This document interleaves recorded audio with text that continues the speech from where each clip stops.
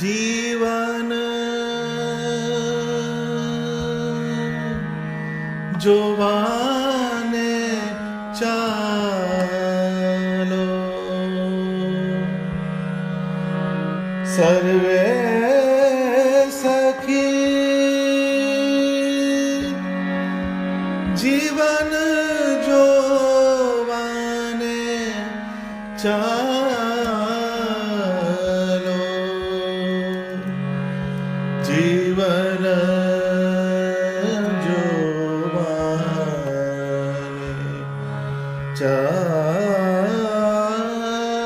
ચાલો, ચાલો,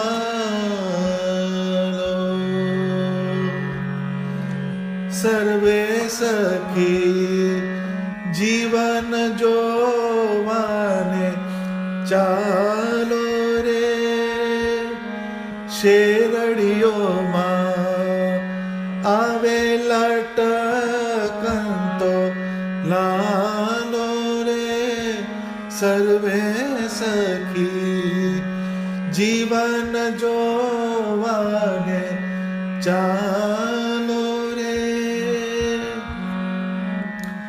એની શોભા મુખે વર્ણવી ન જાય રે, જેને નિગમ નેતિ નેતિ કહી ગાય રે, સર્વે સખી જીવન જોવાને ચાલો રે,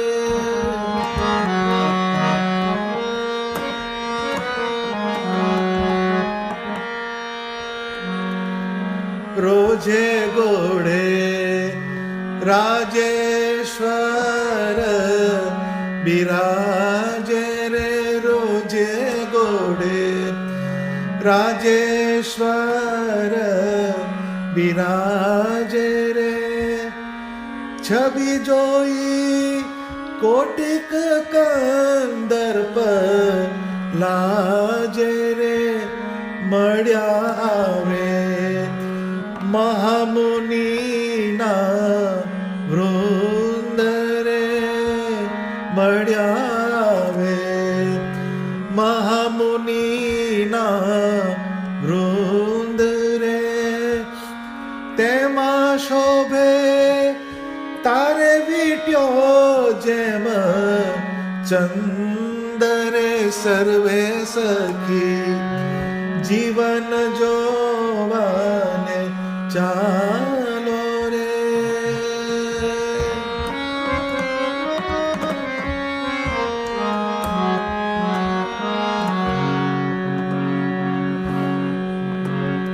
શુક સનકાદિક ઉત્તમ જશ ગાય રે, શુક સનકાદિક ઉત્તમ જશ ગાય રે, નૃત્ય કરી નારદ વીણા વગાડે રે, નૃત્ય કરી નારદ વીણા વજાવે રે, નિજ સખા ચામર કરે લઈ હાથ રે, નિજ સખા ચામર કરે લઈ હાથ રે, આજો આવ્યા ભૂમાનંદના નાથ રે, સર્વે સખી જીવન જોવાને ચાલો રે, સર્વે સખી જીવન જોવાને ચાલો. સહજાનંદ સ્વામી મહારાજની જય. ભગવાન સ્વામિનારાયણના સૌ હરિભક્તોને મારા જય સ્વામિનારાયણ. ભગવાન સ્વામિનારાયણે આપણા ઉપર અનહદ કૃપા કરી. એ કૃપા શું?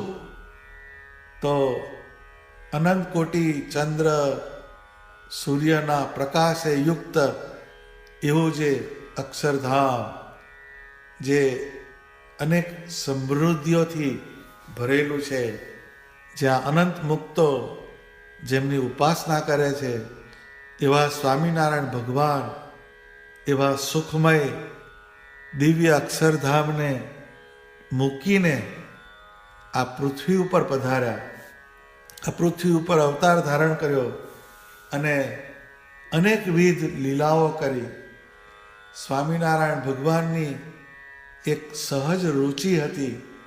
નિષ્કુળાનંદ સ્વામીએ કીધું કે શહેર ન ઈચ્છે સ્વપ્ને, વાલું લાગે છે વસવું વન, ત્યાગ વૈરાગ્ય જેના તનમાં, જેને મગન રહે છે મન.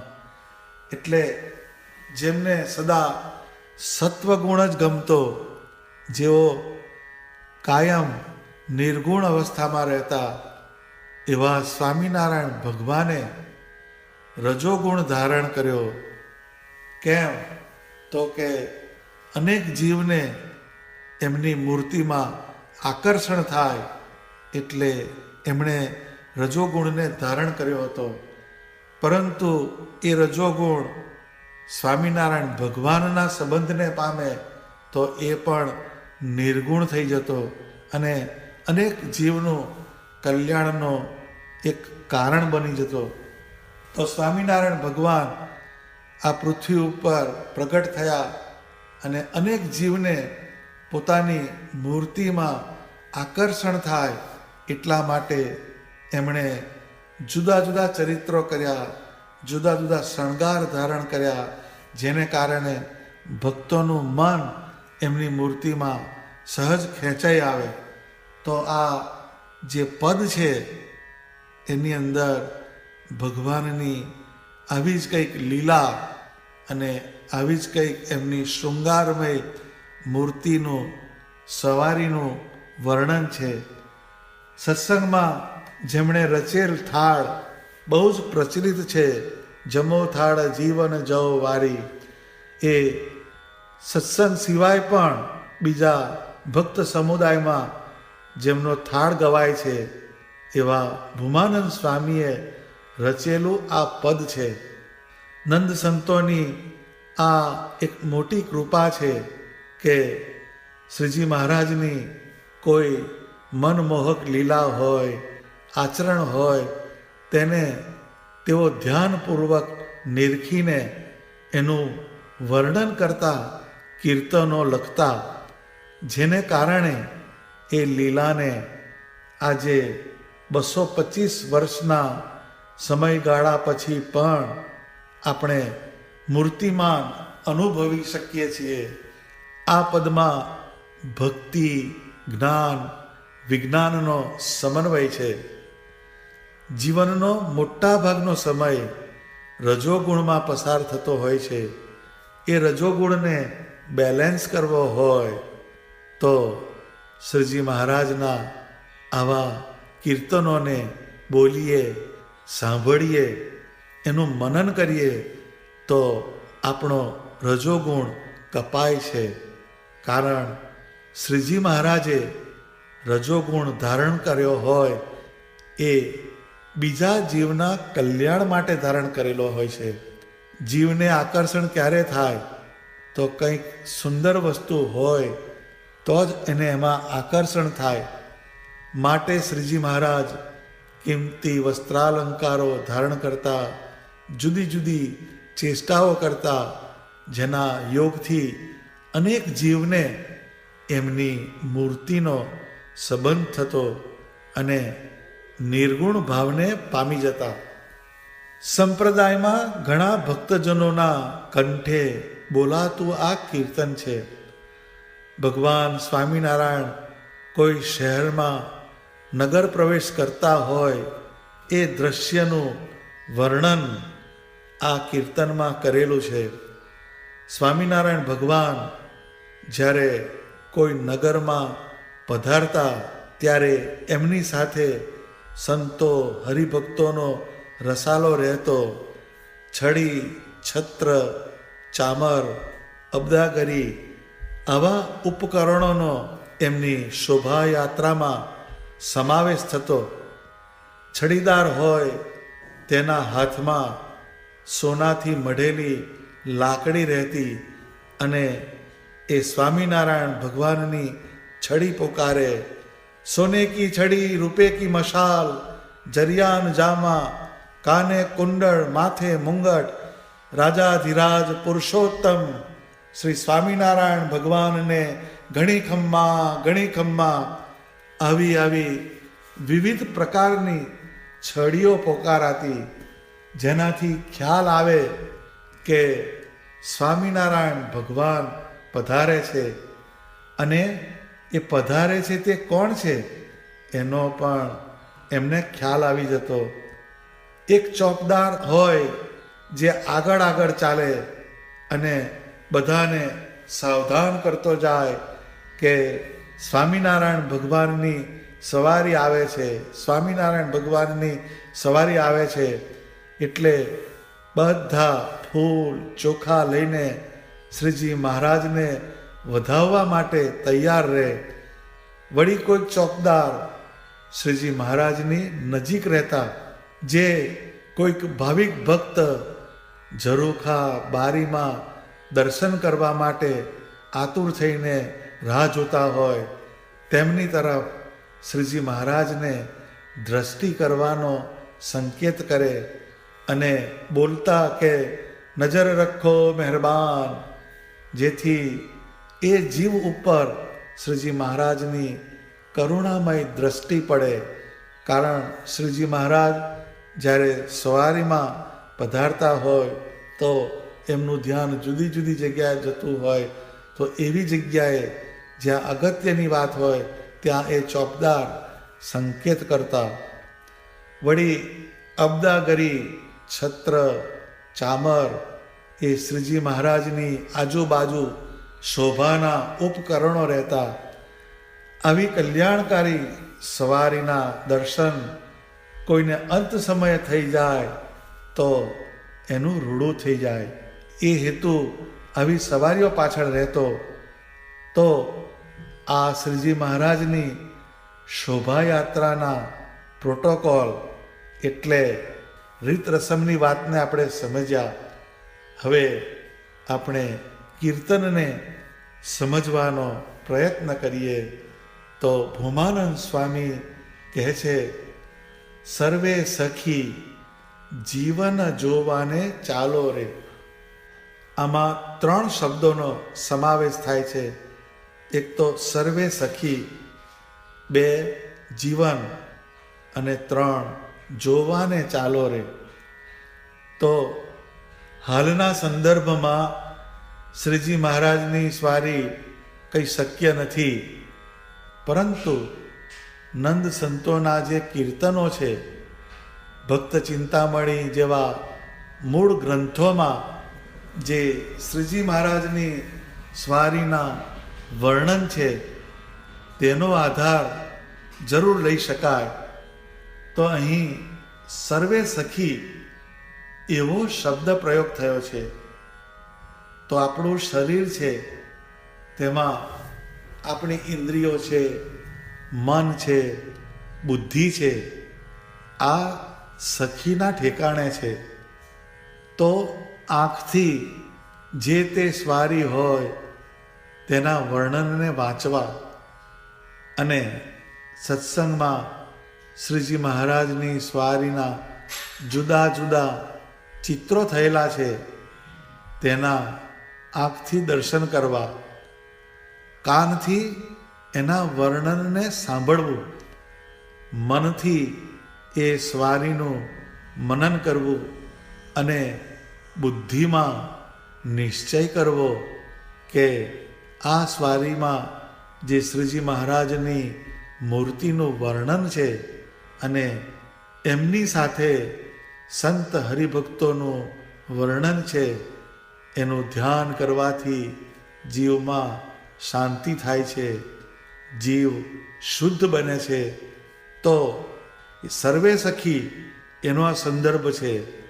આપણે જ્યારે આવા ચિત્રોના દર્શન કરીએ ત્યારે સર્વે સખી હાજર નથી રહેતી, તો દર્શન કરતી વખતે આંખ, મન, બુદ્ધિને હાજર રાખીને દર્શન કરવા, તો એ દર્શન ધ્યાનમાં પરિણામ પામશે. પછી સ્વામી જીવન શબ્દ વાપરે છે. જીવન શબ્દ જીવંત તત્વ તરફ નિર્દેશ કરે છે, જે પરમ ચૈતન્યમય છે, જેમના સંબંધથી જળ તત્વ પણ ચેતનવંતુ બની જાય છે. આસુરી, જળ, મૂળ જેવા જીવોને પણ સ્વામિનારાયણ ભગવાનની મૂર્તિનો યોગ થાય તો એ પરમ ભક્ત બની જાય. એવા જીવન સ્વામિનારાયણ ભગવાન છે. તો એ જીવન શબ્દ જે છે એની અંદર ચેતન તત્વનું અનુસંધાન છે. એટલે એ જે સવારી હોય, એનું વર્ણન હોય, એને આપણા આત્માની અંદર ધારવાનું, આપણા સૂક્ષ્મ શરીરના સંબંધથી એને આપણા જીવની અંદર એનો પ્રવેશ કરાવવાનો, તો એ મૂર્તિનું ધ્યાન આપણને સુઘડ થઈ જાય. આમ એમના દર્શન કરવાની વાત છે. પછી જોવાને ચાલો રે, આ શબ્દોમાં ઉત્સાહ છે, ઉલ્લાસ છે, આતુરતા છે. જેમ કોઈક નવું મૂવી રિલીઝ થાય તો 2 અઠવાડિયાથી પ્લાનિંગ કરે કે આપણે એને જોવા જવું છે, આપણે એને જોવા જવું છે. એવું એક વેઇટિંગ આપણા મનમાં રહે છે. તો જે નિરર્થક વસ્તુ છે, ક્ષણિક આનંદ કરાવનારું તત્વ છે, એમાં આપણે ઉત્સાહ રાખીએ છીએ, તો આ તો જીવને ઉર્ધ્વગામી સુખી બનાવનારું તત્વ છે. એમાં અનેક ગણો ઉત્સાહ હોવો જરૂરી છે. કેમ કે એ મૂર્તિનું ધ્યાન કરીએ, એ મૂર્તિનું અનુસંધાન કરીએ તો આપણા જીવનું રૂડું થાય. માટે જ્યારે આવા કીર્તનને વાંચીએ, બોલીએ, ત્યારે આપણામાં એક જુદા પ્રકારનો ઉત્સાહ હોવો જોઈએ.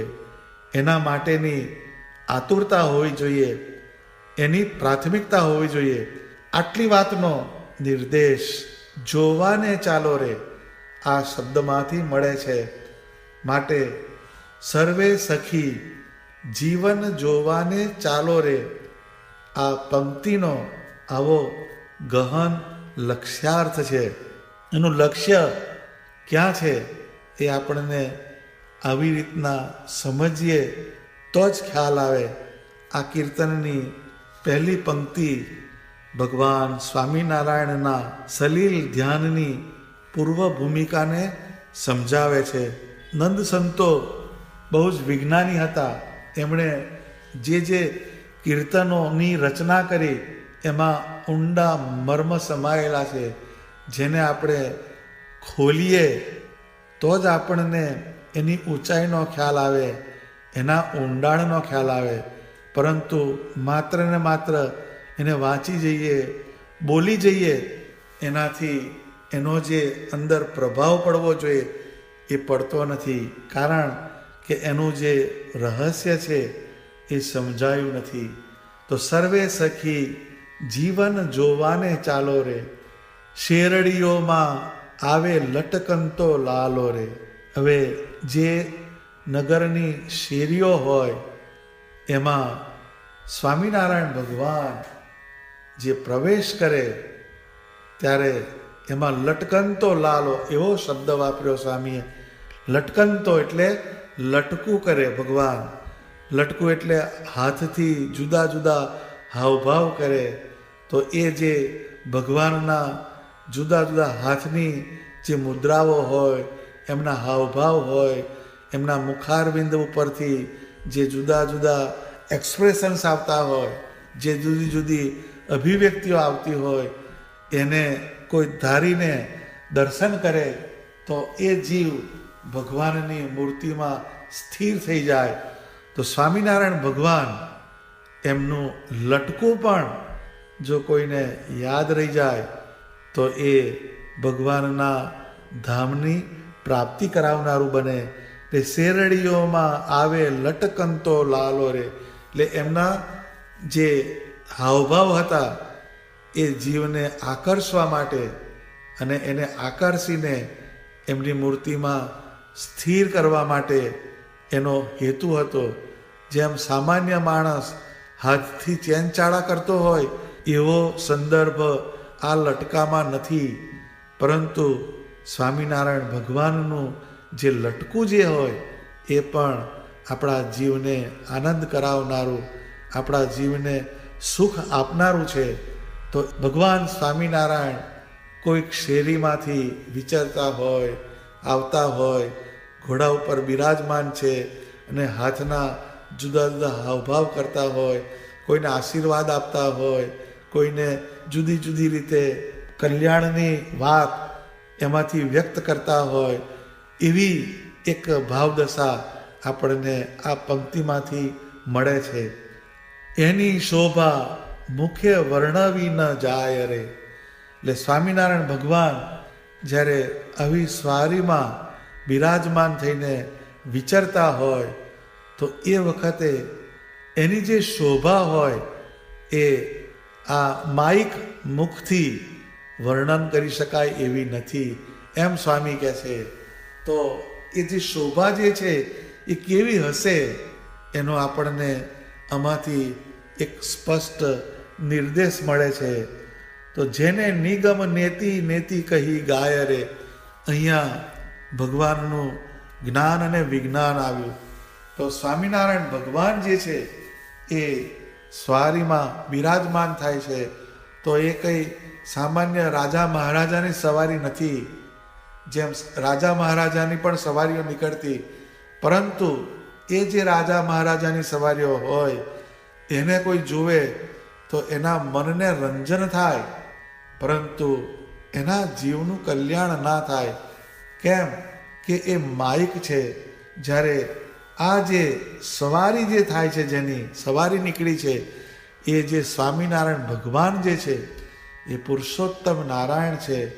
અને જેને નિગમ નેતિ નેતિ કહી ગાય રે, નિગમ એટલે કે જેના સ્વરૂપમાં, જેની લીલામાં, જેના આચરણમાં કોઈને ગમ ના પડે, એ મન અને બુદ્ધિ એનાથી પર છે.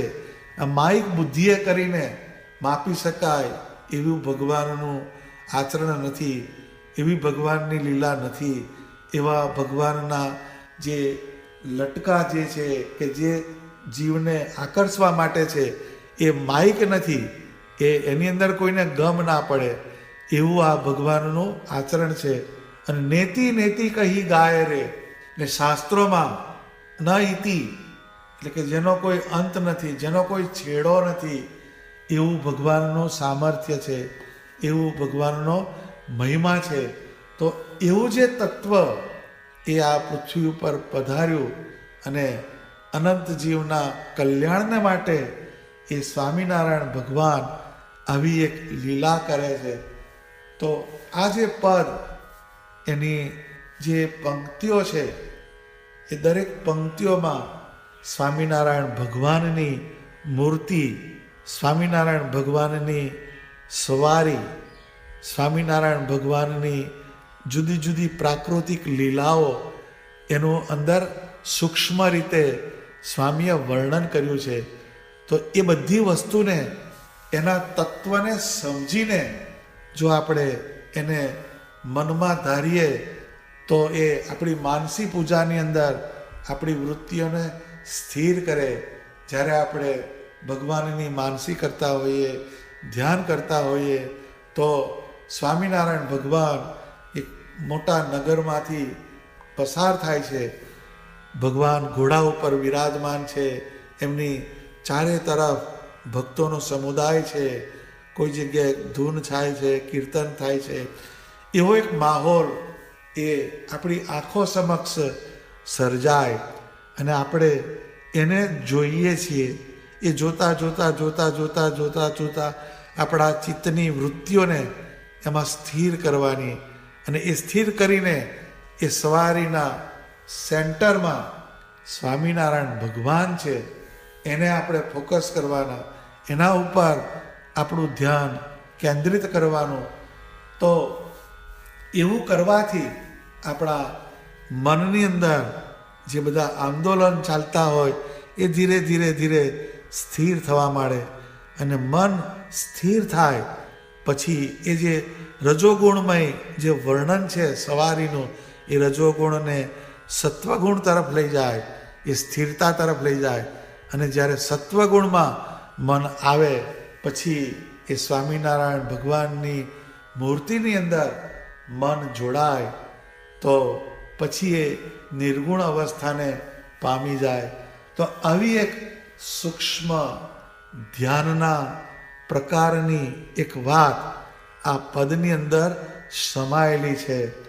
તો આ પદની જે આ બે પંક્તિઓને આપણે આજે સમજ્યા, એની અંદર સર્વે સખી જીવન જોવાને ચાલો રે, એટલે આપણે જ્યારે આ માનસી કરીએ ત્યારે આપણા આંખોને જે ચિત્રના દર્શન કર્યા હોય લીલા ચરિત્રનું, પછી કાનથી જે શ્રવણ કર્યું હોય, પછી મનની અંદર એ સવારીને લાવવાની, બુદ્ધિમાં અગાઉ કહ્યું એમ નિશ્ચય કરાવવાનો, એ આખો આપણો સમાજ છે આપણા શરીરનો, એને એની અંદર જોડી દેવાનો. અને જીવન જોવાને ચાલો રે, એ ચૈતન્યમય એવું ભગવાનનું સ્વરૂપ છે. હે મન, તું આવા સ્વામિનારાયણ ભગવાનનું મનન કર.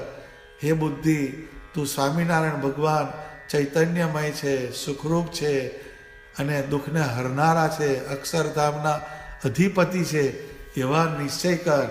આવી રીતના જ્યારે એ કંઈક શ્રેષ્ઠ વસ્તુ તરફ મનને લઈ જઈએ તો એ માઇક જે પંચ વિષય છે એમાંથી આપણને મુકાવીને શ્રેષ્ઠ તત્વ એવા સ્વામિનારાયણ ભગવાનમાં જોડાવનારું બને.